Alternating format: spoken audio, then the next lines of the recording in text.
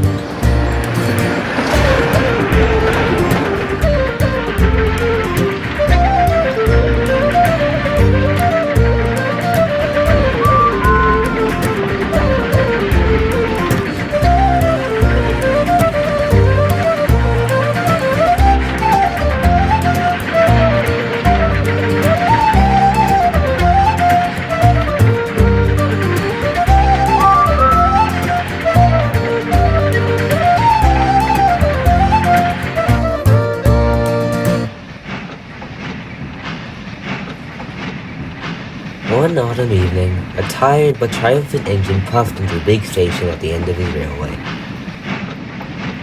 He had 4 small wheels at the front, 4 wheels at the back, and his boiler's blue paint glistened in the setting sun.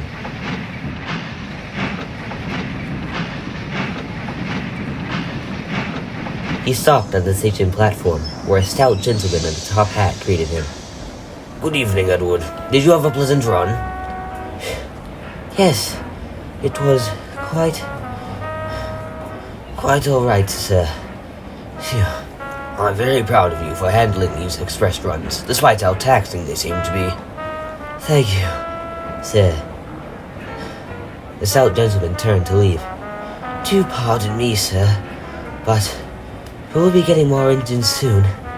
I do enjoy these runs, but..." The stout gentleman sighed. "I'm sorry, Edward, but I've been having bad luck on that front. Our neighbor has been quite stubborn about loading us more stock, and I've been having trouble getting in contact with anyone else." "Oh, that's all right, sir. You're trying your best." "You had best get to your shed. Busy day tomorrow." "Right. Good night, sir." "Good night, Edward." The fireman decoupled Edward from the train, and he puffed over to the sheds.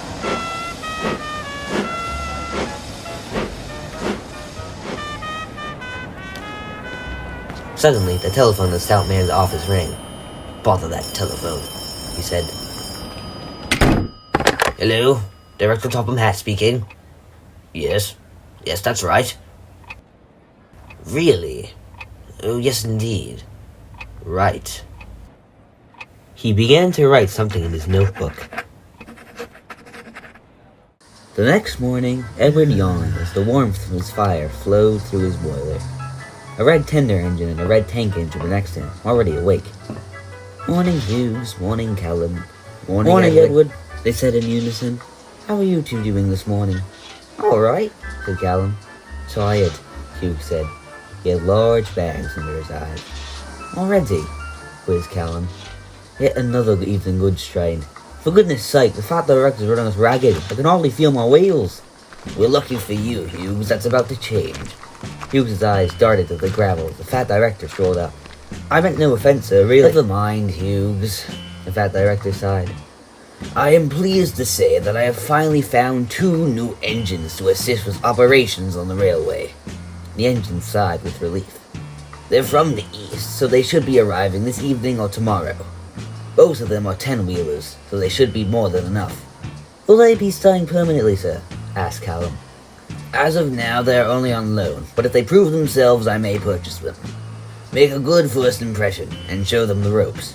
Yes, sir," they all said as the fat director walked to his car. "Well, that's lucky," said Edward. "If I had to do another month of express work, my boiler would burst." He laughed. Hughes wasn't so sure. I dunno, Edward. More experienced Easterners aren't the most well-meaning folks. I'm the more experienced one here, chuckled Edward. Hughes still wasn't convinced. After taking the mix, Edward collected the coaches and carefully shunted them for the return express. He gently backed onto the train. Afternoon, my dears. Afternoon, Edward. The coaches giggled. As Edward pulled into the platform, he felt a strange feeling in his undercarriage. No matter, he thought. I'll have Charlie look at it later. The guard blew his whistle when Edward started off.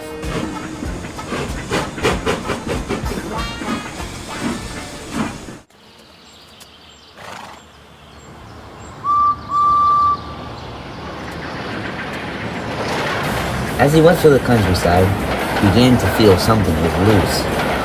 A rattling sound grew louder from his frames as he swayed from side to side. Driver, we should slow down so he doesn't feel— Ouch! Edward's brakes came on as he felt a sharp pain stab his frames.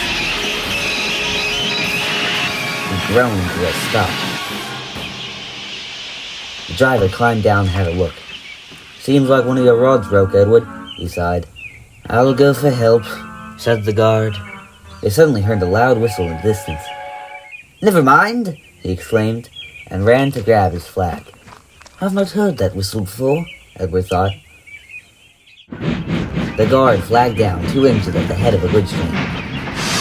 One was blue, the other green, and both were much bigger than Edward. Good day, said the one at the front. May we be of some assistance? I've broken down, I'm afraid. Could you help us to the end of the line? But of course, said the one behind. We'd be happy to. The 2 engines went to switch onto the other line. Edward was surprised to see that they didn't decouple their goods.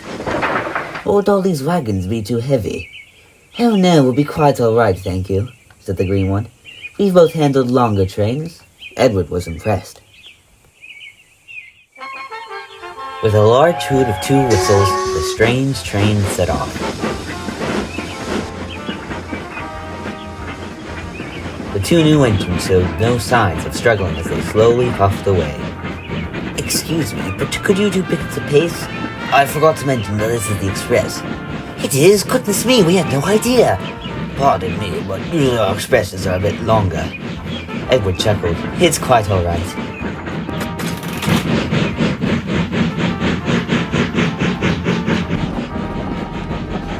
The 3 engines were soon flying down the line, much faster than Edward could ever go. The passengers leaned out of the windows as Edward watched the scenery fly by.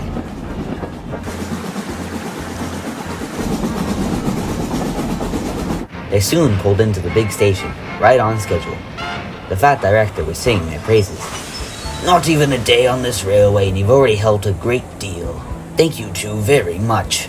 No trouble at all, sir, the engine at the front beamed. It is what we are here for, after all. What are your names? Oh, well, the other engines in my shed called me Janice, replied the green one. And I go by Alfred, said the blue one. Well, it's a pleasure to meet you 2, Janice and Alfred. The shunter can direct you to the sheds, I'm sure. Once he gets here. He looked across the yard. Suddenly, a jolt came from the back of the train. The coach's voice vibrated closer. Billy, can you show these 2 engines to the sheds? Sure, whatever. Follow me. The 2 engines left the train and followed the blue and white tank engine out of the station. Edward limped over to the water tower. The fat director watched them leave as the station master walked up. Seems like you got quite the deal then, eh, sir?